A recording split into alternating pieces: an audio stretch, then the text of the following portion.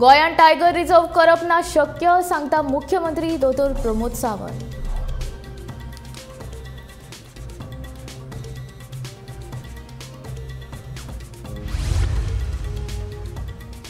Over स्पीडीन गाडी चलोवपी 3000 जाल्यार सिग्नल मोडपी 2000 जाणांक आर्टिफिशियल इंटेलिजन्स कॅमेऱ्यांनी दिली तालावां.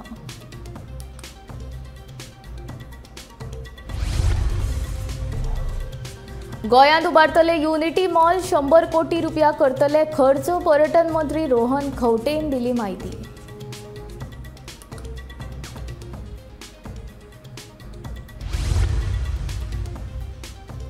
मिना खणीच्या दर्यांक सक्तीचो आसतलो मायनिंग प्लान, प्रदूषण खाते करतले प्लानाची मॉनिटरिंग.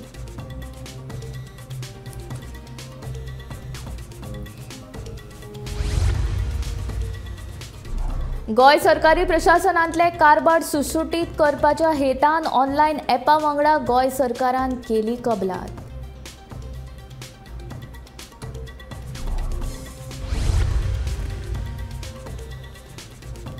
आनी आयज दनपारां चंद्रयान 3 जातले लॉन्चिंग.